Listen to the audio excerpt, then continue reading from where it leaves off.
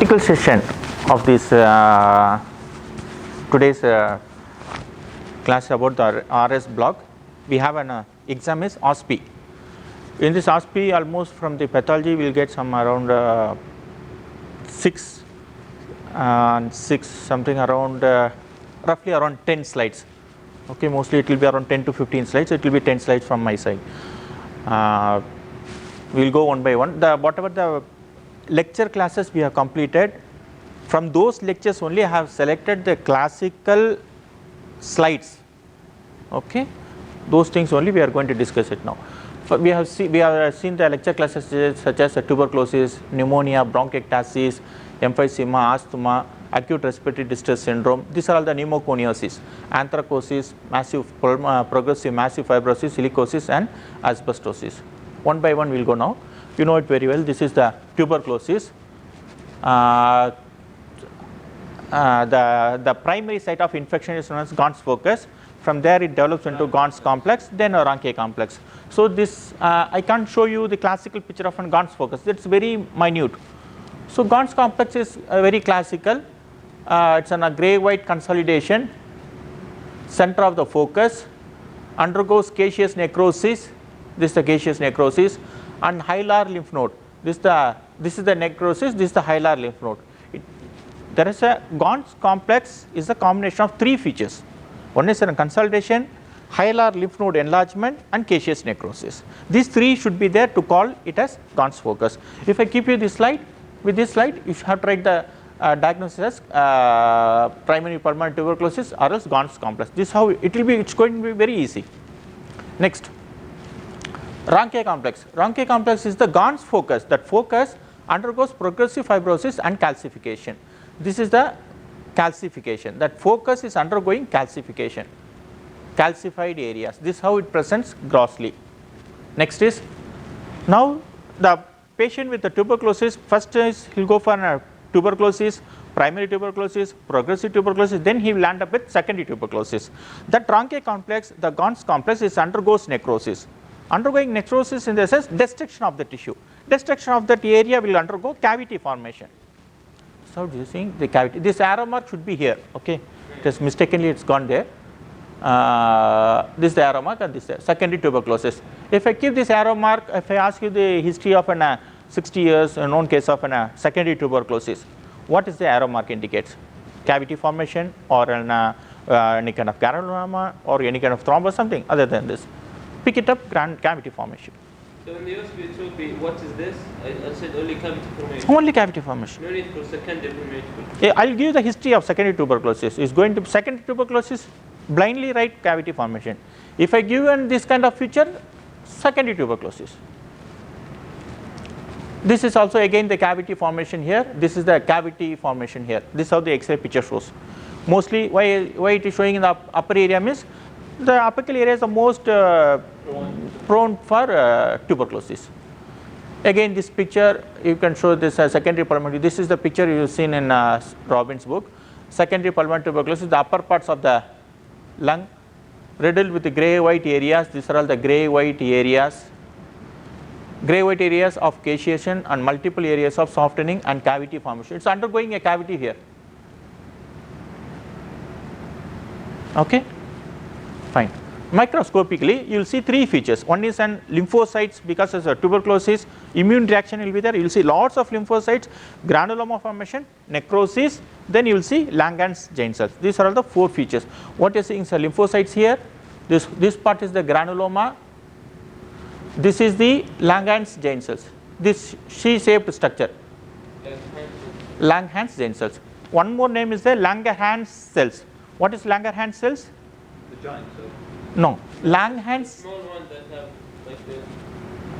Langerhans is this. This is the terminology designed for this pattern. Okay, Langerhans giant cell is a scientist. What is Langerhans cells? There are some other independent. ER. If I add here ER, what is that cell called? Langerhans? Yes. But that's in the pancreas. No. The one responsible for production of insulin. That's islets of Langerhans cells. That's islets of Langerhans cells. This is Langerhans cells is nothing but skin macrophages. Okay, skin cells. We'll see in the basement membrane. That's different, this is different. Microscopy, it's very classical caseous necrosis. No cells, nothing here, only a cheesy material, pinkish material, very classical. This is the Langerhans cells here, Langerhans cells. This way, if I put the arrow mark here, what is this? Caseous necrosis. I will give you a history of tuberculosis. Next, we will go for lobar pneumonia or bronchopneumonia. This is the normal lung. What you are seeing here is, usually the lung, if you see the lung, touch the lung, touch it, if you touch the lung, it will be soft, brownish in nature, spongy. Here it will become, you see here, this is something abnormal, grey in color. This you will see in pneumonia. Okay, we have 4 stages of pneumonia: stage of congestion, stage of red hepatization, grey hepatization, and then resolution. This you are seeing grey in color. This is known the grey hepatization. Why hepatization? It mimics like liver like consistency. That's why we are giving the name as hepatization.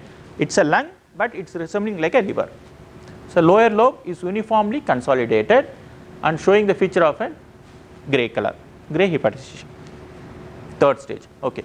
This is the microscopic picture of those stages.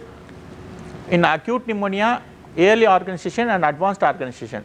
In acute pneumonia, what happened? The congested, this is the A1, the congested septal capillaries and extensive neutrophil exudation into the alveoli. This is the alveoli. This is the septa. This is one more alveoli here. Okay, this is what you are seeing is septa. We will consider only this. In this alveoli, you are seeing collections of heavy collection of neutrophils. Okay, when you see heavy collection of neutrophils, then only we will call it as which stage? Acute.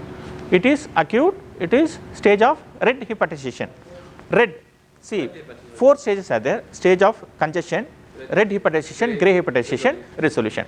In stage of congestion, there will be congestion. Okay, few amounts of blood will be congested. In red hepatization, lots of neutrophils will come into the alveoli and in the interstitium. That's what you are seeing it here. This is a red hepatization. Next one is B, early organization of intraalveolar. This is the alveoli. Intraalveolar exudate seen in areas to be streaming through the pores. Intraalveolar exudates seen in the areas of spores. Early organization in the sense, from here the neutrophils will come outside and it goes into the alveoli. This is a process of an next stage. The RBCs which are over there, the neutrophils which are over there, destruction takes place. Okay, because the half life is very less. When it comes outside, it easily undergoes destruction. Next is the advanced stage. Advanced stage in the sense, advanced organizing pneumonia, transformation of the exudate into the fibromyxoid mass. This is the fibromyxoid mass richly infiltrated by macrophage and fibroblasts. I said it 4 stages: stage of congestion, red. Yes, it's undergoing resolution. In resolution stages, last stage. In resolution stage, microscopically it mimics in this way only. You can't say it's red, grey like that. Okay, very difficult. This is a classical picture. Why I kept you this picture? Because it is there in your Robbins book. This is the picture is there. Once you study, you will understand this again. Okay, now we will go for bronchopneumonia. Bronchopneumonia, it is what you are saying. This is the gross picture. This is the microscopic picture. As the name suggests, bronchopneumonia, it affects only the bronchi. So you are seeing a tiny foci of consolidation surrounding the bronchioles. This is the bronchioles, this is the bronchiole. You are seeing these are all the normal bronchioles here. This is the bronchiole showing tiny consolidation. Microscopically, this is alveoli, these are all the alveoli. This is the bronchi over here. Focal suppurative exudate and inflammatory cells are seen in the bronchioles and adjacent alveoli are seen. Bronchopneumonia is the, you will see that consolidation in the bronchi due to the mucus, purulent exudative material in the bronchi and in the bronchioles which obstruct the bronchi. This is the definition. Okay. Microscopically, that obstruction is due to that purulent material nothing but the exudate, that exudate material nothing but the neutrophils, suppurative material nothing but the neutrophils. Microscopically in H&E section this much only you can see. Okay. This is the exudative material. If I keep you this picture with the history, pick it up, bronchopneumonia. This is not so much classical. Mostly if at all I want to keep, I will keep this picture. Okay. Next is bronchiectasis. Bronchiectasis definition is a permanent dilatation of the bronchi and bronchioles caused by destruction of the muscle and the supporting elastic tissue, resulting from the associated with chronic any infection. Due to infection, what happens? The bronchi and the bronchioles undergoes dissection, muscle and elastic tissue. You have a lumen, basal lamina, elastic tissue, then muscle in the bronchi, right? In the bronchi and bronchioles, those undergoes dissection. After that, what happens? After the dissection of the infection, you will be seeing in the bronchi and bronchioles this material, purulent material. Okay, what you are seeing here is bronchiectasis of a patient with a cystic fibrosis who undergoes an lung resection for transplantation. Cut surface shows a lung, shows an markedly dilated bronchi filled with purulent mucus, which are seen extending to the subpleural regions. This is the subpleural regions. This is the subpleural. Here also subpleural extending. Okay. Actually, this case shows you a cystic fibrosis. Cystic fibrosis is nothing but genetically disease.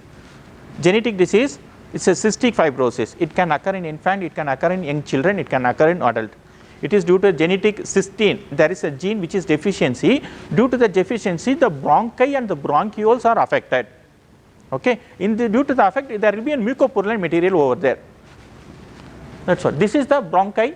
The bronchi, the lining epithelium, you can see that columnar lined epithelium. Okay, this is the epithelium. This is all the purulent material. From here to here, purulent material, neutrophils. Okay. Emphysema, as the name suggests, emphysema, it affects only the acinus. Here the irregular, these two pictures are there for in your book. Irregular emphysema, it will be irregularly placed. Mostly irregular emphysema, it won't occur mostly singly. It will affect with, it will be presenting with centriacinar, paraseptal like that. This is the bullous emphysema. It's very classical. This is the lung. This is the pleural part, end part. Okay. This whole thing is the bullous emphysema, defined as the subpleural, below the pleura, subpleural emphysematous spaces 1 to 2 cm in diameter. If I keep you this picture with this finding, whether it's bullous emphysema, paracinar, panacinar, paraseptal, bullous emphysema. Next is bronchial asthma. Bronchial asthma, you will see two features. One is an Crushman spiral, another one is Charcot-Leyden crystals. These are the two features you will see in the sputum. Okay. This Crushman spiral, nothing but the epithelial cells which will be when in the sputum, along with the sputum, the epithelial cells, it will be binded in the like a layer, and it will be presenting like a spiral shaped structures in the sputum examination. Microscopically, the bronchial, what is the feature of, what is the important feature you will see in bronchial asthma? Bronchospasm. Bronchospasm is due to constriction of the bronchiole. Yes, constriction of the bronchiole due to allergic reaction. Due to allergic reaction, what will happen? Which will affect it? It is muscle. Inflammation, muscle. It will affect the muscle. You will be seeing this is the alveoli, this is the bronchioles. Okay, this is the lumen bronchioles. Here, what happens? There will be an hyperplasia of the bronchial smooth muscle. Thereby, there will be an obstruction. Okay, this is the lumen. This is the hyperview of this. These are all the muscles. Okay, if I keep an arrow mark here, I will give you the history of a bronchial asthma. Any history I will give you, pick it up, bronchial hyperplasia of the bronchial smooth muscle. This will be the answer, hyperplasia of bronchial smooth muscle. Clear? I will keep you this slide. If I keep you this slide, if I put an arrow mark here, this one, these are all the bronchial smooth muscles, hyperplasia. Okay. History of a bronchial asthma, of an allergic reaction due to allergic, okay, asthma, allergic asthma, history of a bronchial asthma itself. What is the arrow mark indicate? Arrow mark indicate hyperplasia of the smooth muscles, or else an caseous necrosis, or else an a thrombus formation, like that. Next is acute respiratory distress syndrome. As the name suggests, acute respiratory distress syndrome, the lungs will be very heavy, dark red, firm, airless and heavy. This is the gross picture. It will be, these are all the heavy as well as red in color. These are the areas which is red in color. Microscopically, you will see three features. One is inside the adjacent alveoli. You will see inside fibrin rich fluid inside, and then the more important feature is this hyaline material, hyaline membrane. It will be lined by waxy hyaline membrane here. This is the waxy hyaline membrane, this part. If I put an arrow mark here, should I pick it up? Alveolar walls are lined by waxy hyaline membrane. Further, microscopically, these are all the alveoli, these are all the capillaries, capillary congestion, interstitial and intraalveolar edema and hemorrhage. This is the alveoli, you are seeing edema and hemorrhage. This is the interstitium. Between the alveoli, you will see the interstitium. These are all the capillary vessels, many numerous capillary vessels here. Also, you are seeing congestion, interstitium congestion, alveolar edema and hemorrhage. After a stage, after a first interstitium edema, hemorrhage, after some stage, those areas it undergoes necrosis. This is the last stage of this acute adult respiratory distress syndrome is necrosis. This is alveoli, this is an alveoli, this is an alveoli, showing necrosis of alveolar epithelial cells, totally non-functional epithelial cells surrounding the alveoli. Okay, this is not so classical, just for your the last stage also. Yes, last stage. They're not included. No need to protest. Just have a knowledge about that. Okay, anthracosis. Anthracosis, you know it very well, the individuals who are working in coal factories. Coal factories, this is the whole lung. This is the one of the part of the lung, cut section of the one lung. This is again the microscopy of that same lung. You are seeing that alveoli. This is the emphysema area. I won't ask you this question, emphysema, this part. Only I will ask you about this black color. This black color I have kept in microscopically here. This is alveoli. This is one more alveoli. This is one more alveoli. This is the septa. You are seeing here macrophages which is engulfing those carbon particles. History of an anthracosis, history of this carbon laden macrophages, either this will be the answer or this will be the answer. This happened with the cold workers. Huh? Cold workers. Which one? Cold workers. Coal. Yeah. Coal workers, those who are working in coal factories. This is again, it's undergoing now progressive stage of this silicosis. Is whole lung is undergoing fibrosis. So it affects the pleura, chronic pleuritis, dense fibrotic tissue with a massive amount of dust. This is the simple coal worker pneumoconiosis. This part here, this is a simple coal worker pneumoconiosis. In this is a few areas. Then it is undergoing a progressive stage. Then its last stage is advanced stage. Okay. Again here this is a microscopy, this is the alveoli, this is the massive fibrosis here, progressive massive fibrosis in coal worker. Lungs, large amounts of black pigments is associated with fibrosis. Okay.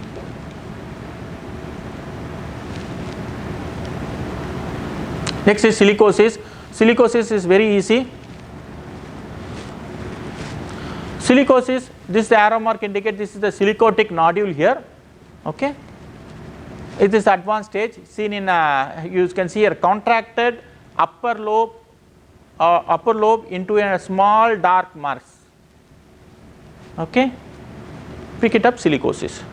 Silicosis in the sense who are working in a silica factories.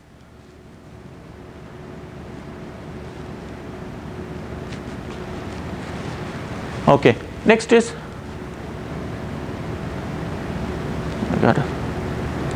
okay, silicosis. Further, this is the whole lung specimen showing the silicotic nodules over here. This is the one, this is the lymph node, hilar lymph node. Fibrotic lesions may occur in the hilar lymph nodes and the pleura also. This is the pleura. And then if you see in X-ray, you can see an eggshell calcification. Eggshell calcification in the sense eggshell is there, right? That's kind of a presentation you will see in X-ray. This is the eggshell calcification. Okay, next is the microscopic feature. You can see in a whorl pattern.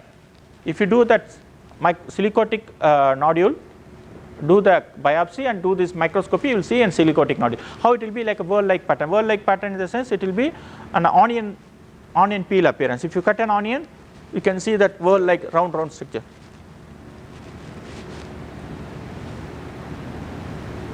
Asbestosis, last slide. Battery is weak, I think, sir. Okay, asbestosis. Asbestosis in the sense who are working in asbestos factories, who are plumbers who are doing that insulation for the tap, metal tap. Okay, those individuals who are exposed to them, they will be having suffering from asbestosis. Asbestosis mostly it will be like whitish areas, whereas silicosis or anthracosis it will be blackening in color. What you are seeing it here, this arrow mark indicate an fibrosis, a pleural thickening. Lower lobe is predominantly lower lobe. Mostly you are saying the predominantly in the lower lobe here. This part showing an diffuse fibrosis. From here the lower lobe showing entirely diffuse fibrosis. These are all the fibrotic areas. Again here, this is a pleura showing an parietal pleural plaques. This is also an arrow mark. If I put an arrow mark here, I will ask you what is this with the history of an 50-year-old male who has exposed to ceramic, okay, ceramic workers or else an asbestos, exposed to asbestos for the past 10 years, okay, and also he is a chronic smoker like that. What is the arrow mark indicate? Asbestosis or else a pleural plaque. Either these two should be the answer. If I give asbestosis, pleural plaque. If I give a pleural plaque, what is the diagnosis? Asbestosis. Yes? It comes from where? Those individuals who are working in asbestos factory.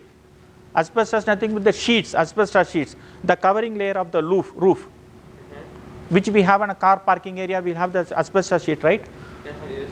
Those individuals who are working in the asbestos factory for more than 5 years, 10 years, who are going on exposed to that asbestos factory, he gets asbestosis. This is the gross cut section of the lung showing diffuse fibrosis, entire lung showing diffuse fibrosis, white tan tissue. That is the difference between the anthracosis and fibrosis.